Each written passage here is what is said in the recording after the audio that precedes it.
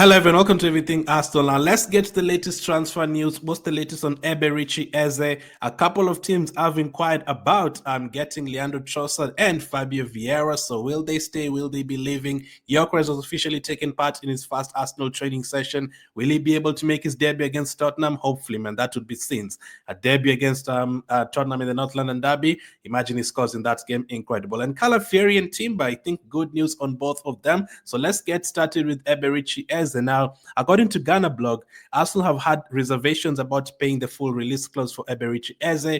If Crystal Palace were to drop the price, Arsenal would be keen to proceed, while sales would also give any pursuit of Eze a considerable boost. So kind of where we were a couple of days ago. Obviously, we know that Arsenal do not really want to pay that 68 million release clause. Arsenal are trying to pay it in a couple of different ways. There's been reports that Arsenal are willing, or Arsenal have already put forward 30 million for Eberechi Eze, plus the rest in installments. So 30 million upfront, and then the other 30 million in installments.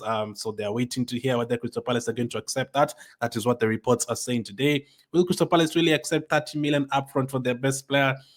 I really doubt that. Now, that was the first option. The second option is Arsenal, paying 20 million in 3 installments. That was also discussed a few weeks ago. And then there was also the case about, exchanging players. Can we give them Trossard? They say they wanted Trossard. Josh Nichols has been linked. Fabio Vieira has been linked. Which player would Arsenal, add into the deal? Which player would Crystal Palace want as part of the deal? You're not just going to give them any player if they don't want them. They don't have to get the player. They can just wait for the money, the 68 million release clause to be paid to them, and they can sell the player. Now, as of now, we had Liverpool wanted him, we had Tottenham wanted him, but it hasn't been serious from those teams. So maybe this is a situation like the Gyökeres one where Arsenal are very patient with it. Arsenal already know that Eze only wants to join Arsenal, so they're not worried about Liverpool trying to jack. They're not worried about Tottenham trying to jack. They're not, scared about Man City or Chelsea coming out of nowhere and saying, you know what, we have the 68 million for Eze because Eze wants to join us. So it's his former club.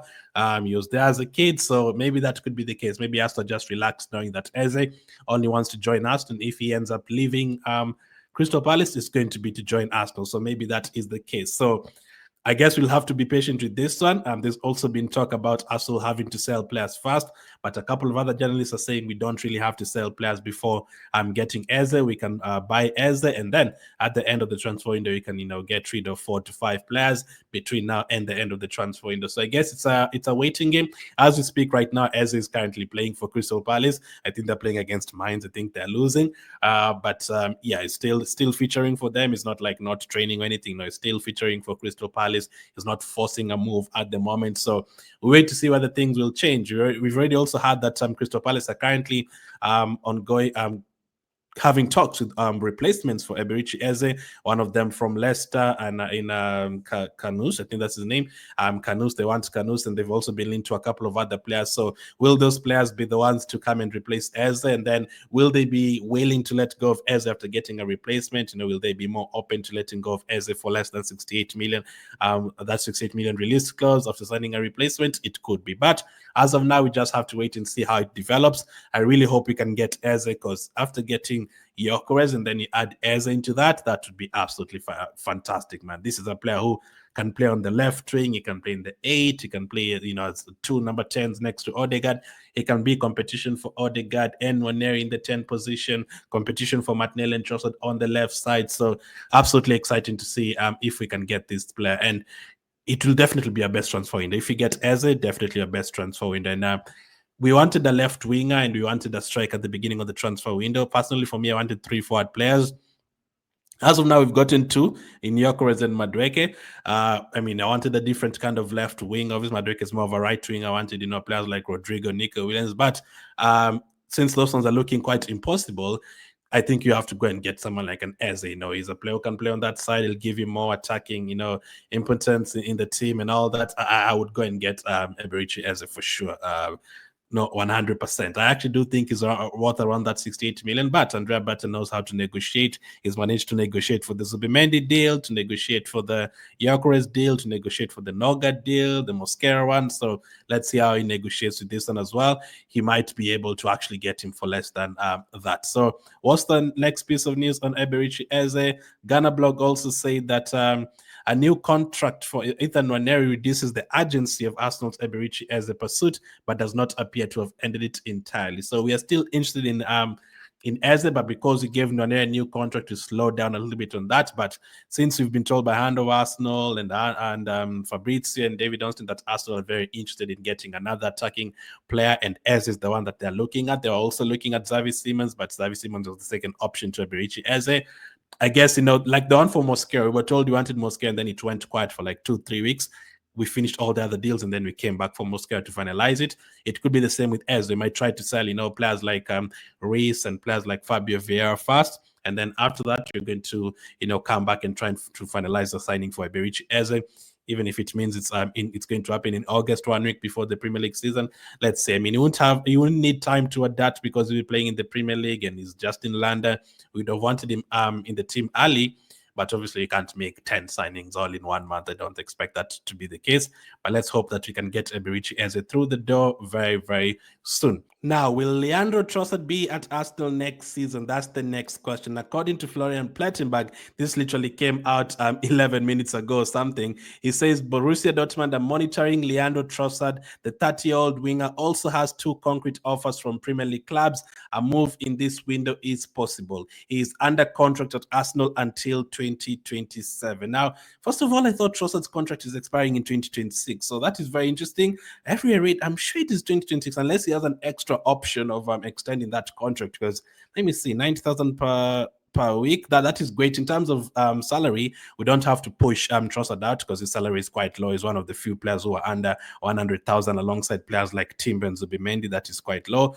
Now, yeah, it says 2026. So if it's 2027, then that changes everything. Then I don't mind keeping Trossard at all completely. I wanted to keep him at anyway because I feel like he's a good player off the bench.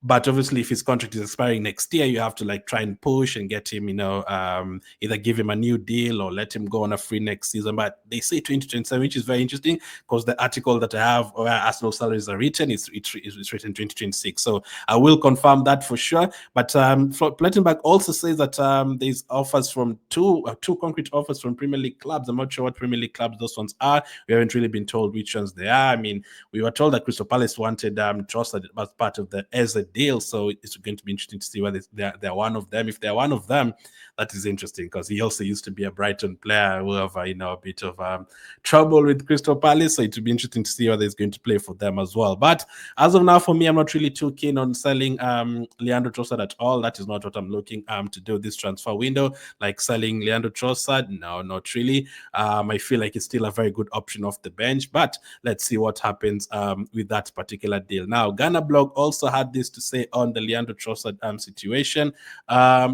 Leandro Trossard had been in talks about a contract extension, which would have seen an improved salary without extending his deal.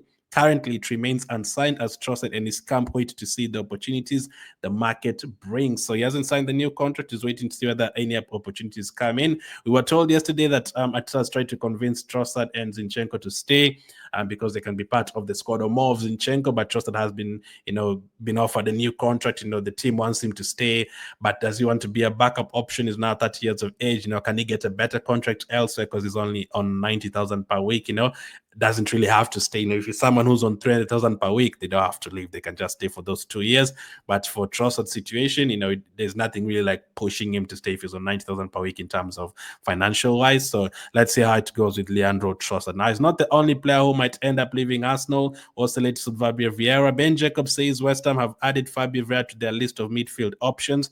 No approach yet to Arsenal, but Vieira now a name of interest. West Ham planning to add multiple midfielders this summer. Well, if you want Fabio Vieira, 30 million.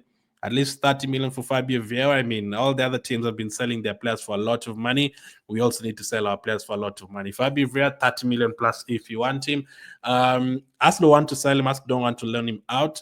Now it depends on if we're going to get any concrete offers for him, and if anyone comes and tables, the amount of money Arsenal wants, and then Arsenal might decide to move him on at that point. Not decide. Arsenal already want him to move on. I mean, if Eze joins, we are going to have Nwaneri, Dauman, Eze, Odegaard, Rice, all of those in those two positions. There's nowhere for Fabio Vieira to feature on the right side where he could play sometimes. There will be Saka, there will be Nwaneri, there will be Madueke. So he won't really get the opportunities that he wants on that right side neither. So it's going to be the game time will be too little for him. And at the moment, Fabio Vieira is how old is he at the moment? He's 25. So I mean, yeah, he definitely needs to find a place where he's going to, push his career further. At the moment at Arsenal, it's not going to happen. At FC Porto, it didn't happen. So I guess he needs somewhere to, go and revive his career pretty much. So that's the latest on Fabio Vieira. Now, today, Gyökeres took part in his first Arsenal training session. It was great to see that. Will he be available for the Tottenham game? I'm guessing he might be coming off the bench for that one, not really starting. But how exciting will it be to see a striker at Arsenal playing up front, man? That would be super exciting. As you can see, he was welcomed by the rest of the team there. The team, most of them are really happy to have Gyökeres signing for Arsenal. From the time we got the Here We Go, the likes of Declan Rice and Lewis Kelly, they're all celebrating it. So everyone is very excited about Gyökeres joining Arsenal. And you can tell Odegaard, the kind of messages he was writing for Gyökeres, obviously, in the Arsenal vlog and stuff.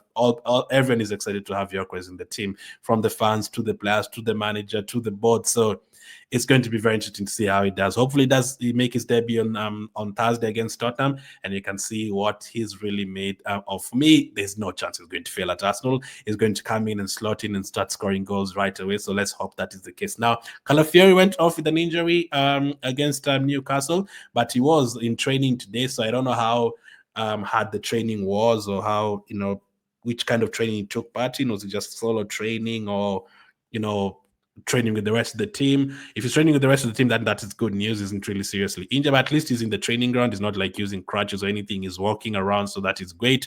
It's not like a serious injury, so that is perfect. We need him in the team, but obviously we need to protect him as well. We've seen that we cannot really play him multiple games in a row.